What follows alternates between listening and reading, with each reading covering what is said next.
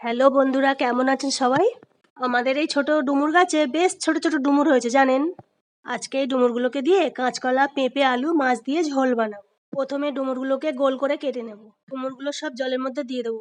ডুমুরের গায়ে আঠা থাকে তো, তারপরে একটি চামচ দিয়ে ভিতরের দানাগুলো কুড়ে নেব। অন্যদিকে হলুদ মেশানো জলে কাঁচকলা কেটে দিয়ে দেব। তারপর আলু ও পেঁপে কেটে নেব। কড়াইয়ে সর্ষের তেল গরম হয়ে গেছে, মাছগুলোকে ভেজে নেব। আজকের তরকারিতে দু রকম মাছ আছে, পোনা মাছ ও তেলাপিয়া মাছ। মাছ ভাজা হয়ে গেছে। এবার কড়াই এই তেলেতেই আমি 5 ফোড়ন, তেজপাতা, কাঁচা লঙ্কা দিয়ে ফোড়ন দেব। এবারে কেটে রাখা সবজিগুলোকে দিয়ে ভালো করে ভেজে নেব। ব্যাস একটু পোড়া পোড়া ভাজা হয়ে গেছে, সবজিগুলো একটু নরম হয়ে এসেছে। এবারে লবণ ও হলুদ দিয়ে আর একটু কষিয়ে নেব। কষা হয়ে গেলে পরিমাণ মতন জল দিয়ে দেব। তরকারিটা একটু ফুটতে থাকুক, ততক্ষণ আমি একটা থালা দিয়ে ঢাকা রাখবো।